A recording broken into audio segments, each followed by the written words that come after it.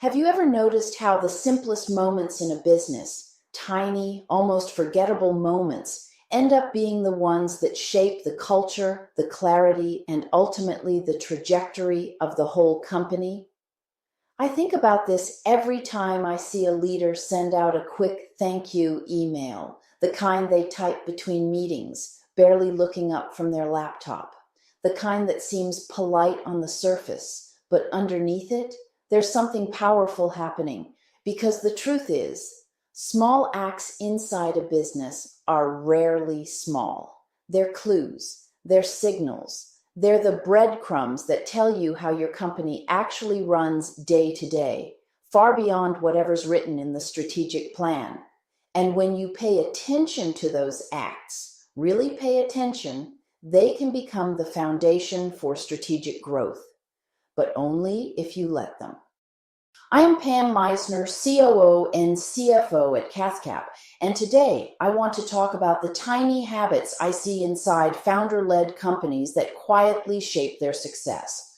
Not the big strategic retreats, not the annual planning decks. I'm talking about the human, everyday moments that either move a company forward or keep it stuck. Let's start with the humble thank you. The thank you that tells you everything. Most leaders think they're pretty good at gratitude, a quick appreciate you on Slack, a thumbs up emoji, maybe a shout out in a Monday stand-up. But when you look closer, the way a leader says thank you reveals something deeper. Where is their attention? What are they reinforcing? What actually matters inside the company? A vague thanks tells your team, just keep doing stuff. A specific thank you for tightening up that process so invoices go out 2 days earlier says this matters. Keep going. One of those drives momentum, the other drives noise. And here's where the shift happens. When gratitude becomes specific, it becomes strategic. You're no longer just acknowledging effort. You're reinforcing the behaviors that build resilience in the business. Small praise, big patterns. I worked with a founder who would thank her team constantly, which sounds great on the surface. But when we dug into it, she was thanking people for heroic saves, late night scrambles, and last-minute pivots. And guess what? That's exactly what her business kept producing. Fire drills disguised as dedication. It wasn't until she started recognizing the quieter wins, like a team member who delivered accurate numbers ahead of schedule, that the company started shifting out of survival mode. Because praise is direction. It teaches your team what to repeat. So ask yourself, what behaviors did you reinforce this week? And were they the ones you actually want more of? The power of a 5-minute check-in. Now let's go from thank you to another deceptively simple act, the 5-minute check-in. Not the formal meeting, not the one-on-one you prepare for. I'm talking about that moment when you poke your head into someone's office or hop into a quick call and say, hey, what's getting in your way right now? I have never once seen this question fail, not once, because people always have an answer, and the answer is almost never the thing you think it is. Leaders assume the obstacles are big: capacity, cash, hiring. But the real blockers, they're tiny friction points, a report that takes too long, a tool no one really knows how to use, a decision that only one person is allowed to make, but no one wrote that down anywhere. These little bottlenecks are like pebbles in a shoe. Individually, they seem insignificant, but give it a mile and they'll slow the whole company down. 5 minutes of listening can give you a year's worth of insight. Celebrating boring wins. One of my favorite leadership habits, and one that only the truly resilient businesses practice, is celebrating boring wins. What's a boring win? It's the thing that doesn't look impressive on a highlight reel, but completely changes how a company works. Things like a forecast that's accurate 3 months in a row, a team member who catches an error before it becomes a crisis, A project that finishes on time, without heroics, without panic, without anyone losing sleep. These wins are so quiet that most leaders skip right over them. But these are the signs your business is maturing. They're the moments that tell you, we're shifting out of hustle mode. We're building something that can support growth, not just survive it.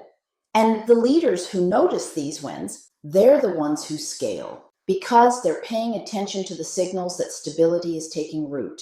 The small habits that turn into leadership culture. Here's the part most leaders miss. When these acts, specific gratitude, quick check-ins, celebrating boring wins, happen consistently, they become the culture, not the posters on the wall, not the values in the handbook, the actual culture. People feel seen for the work that matters. Problems surface before they turn into storms. Wins feel achievable, not accidental. And suddenly, growth doesn't feel like a grind. It feels like momentum. You start to see teams think ahead instead of catching up. You see departments collaborate because they're not operating in crisis mode. You see decisions made with clarity instead of guesswork. And all of that starts from moments so small, they're easy to overlook. The most powerful question you can ask.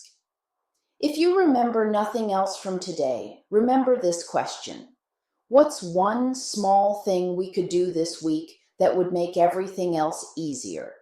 The single question transforms companies because big growth rarely comes from dramatic moves. It comes from resolving tiny frustrations that compound into huge wins. I've seen businesses unlock 6 figures in profit because someone finally said, "Why are we still doing this manually?" I've seen owners get entire weeks of their time back because they stopped approving something the team didn't need their approval for.